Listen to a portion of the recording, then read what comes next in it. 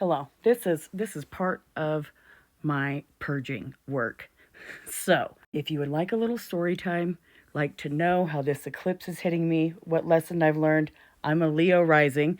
So, if you're a Leo rising, you might be feeling some sort of similarities, some echoes, but of course in different ways. So, I don't have any Virgo placements, but I have my son's a Virgo deacon.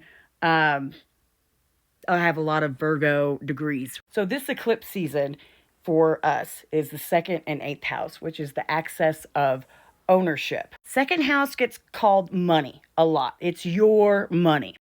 I'm not saying that that's not wrong, but it's so much more than that. It is what is yours. It's almost like what you've inherited, and not literally, but So eighth house is shared resources.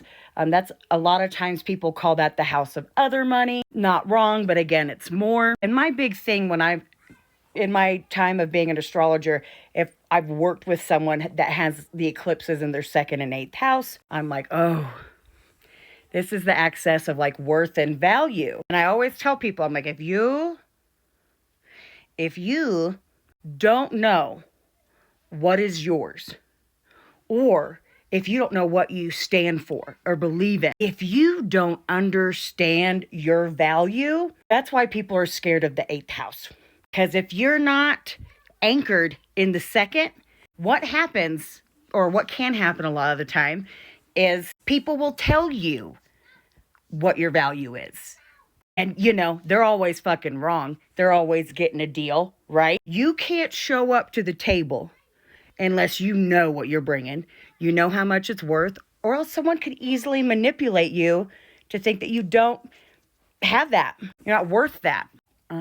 So I've been preaching it, and I didn't realize how much I was like sabotaging myself and not taking my own advice. If you go back and watch my last video, I kind of cover it a little bit. I cover it through Gavin Newsom. But I born people pleaser, okay? My parents are deaf.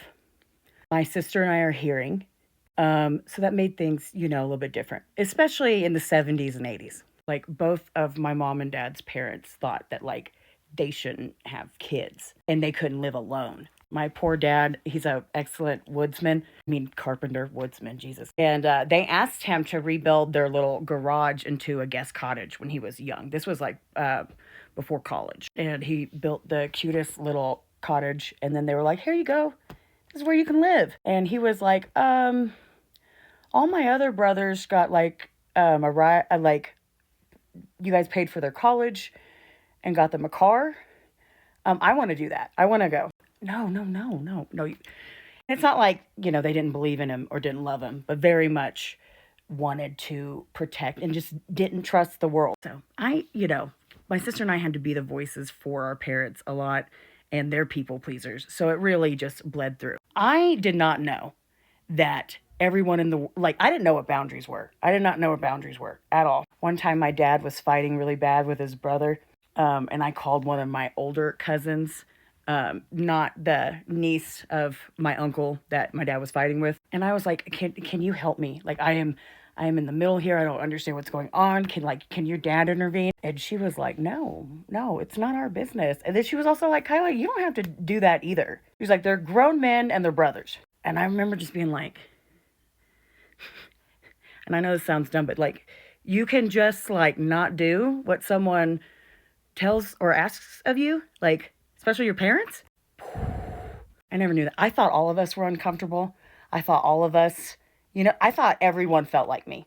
Learning that was a big thing. Anyway, right before my break, I'm still very much a people pleaser. I want to be a pretty Leo rising, and I know I'm not. Dyeing my hair blonde, getting fake eyelashes, having my tits up to here. And here is where I found on TikTok, my unmasking journey, right? And I just feel bad because like I still didn't completely do it. Not to everybody, but especially my Patreons. I have to admit, I was really, before the Mercury and Leo retrograde, I was struggling. But then that was really hard. And what I was struggling with was just all my like social media and my tech stuff. So when I lost my partner, I learned that like you have to speak up for yourself. You have to communicate. You cannot assume, you cannot center. We Then I went into business, and we started our store. And I'm going to tell you, like, it wasn't just retail. We were also doing readings. We were also consulting. We also had like little groups and stuff. It was involved. It was involved. This was that Saturn transit through Aquarius. Saturn, for Leo risings, when Saturn went into Aquarius, a lot of people call that transit like the exposing of like enemies around you or whatever. But this is how I also really started to understand Saturn, because it wasn't really enemies around me. It was the fact that I had no authority. I didn't know how to say no. I thought like you just didn't. You just do what people want. But of course, that never ends well. You get taken advantage of, you get burnt out. It's awful. So when Saturn moved into Aquarius, sometime during that transit, I held my, like, I put down a boundary.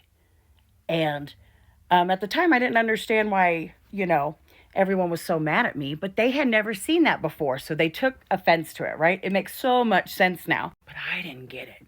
I didn't get it. And I was like, not to be shady, but I was like, after everything I've done, like, I can't have a break? That wasn't me. That's not what I normally did, Meh, meh, meh. I feel like I'm great now, right? Like, oh my gosh, I know my worth. I'm unmasking. We're being authentic together. But I still very much have a problem with people who have paid me. I want to please them. I do. But one of the big tech issues that was like killing me was I have a Patreon. I do have a top tier level. And the thing is they're supposed to like get access to everything and have a 30-minute session with me every month. Well, a lot of people signed up and were like, hey, what if I don't want to do this? I don't really want to study astrology. I just want to meet with you, da da da. Fine.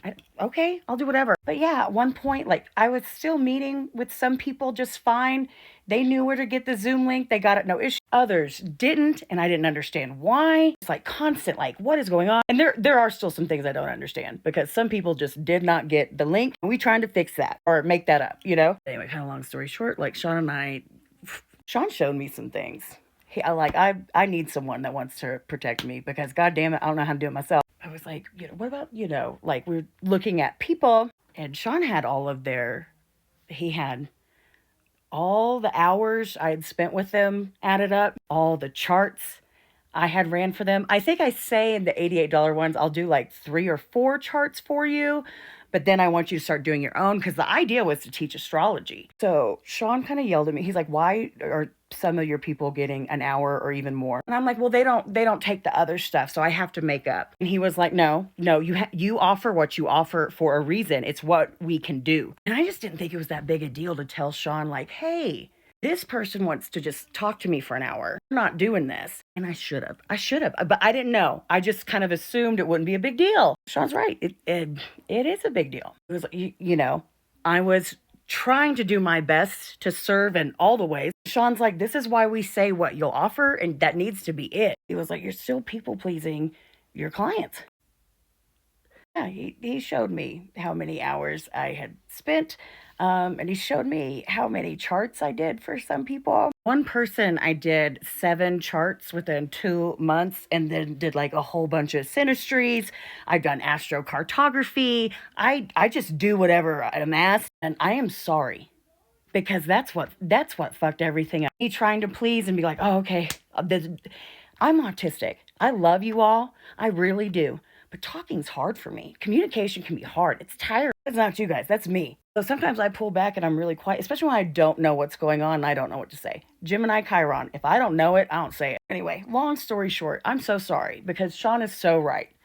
Like, yes, but you're paying for a service. But just because you're doing that doesn't mean I need to do everything. I need to be able to talk to you freely and tell you stuff, because what it did was I had no time for readings. I'm tired. We are reworking it out. I kind of want to bring church back, but at the end, a lot of people started complaining to me that it was just like, I was just like reading one person's chart. I was like giving them a personal reading. Also, like, I want to build community. I love how you guys can talk so much. Sometimes I can listen to it, but sometimes I can't like be there, but sometimes I can't listen to it. This is an outlet for me. It gets thoughts out of my head, so I quit thinking about them, so I can hear messages, so I can be present, okay? I'm sorry to everybody. I just fucked the pooch on that. I'm trying to work on how to say goodbye. Oh my God, am I going to do a part 2 about this? Oh, I fucking am. I'm sorry.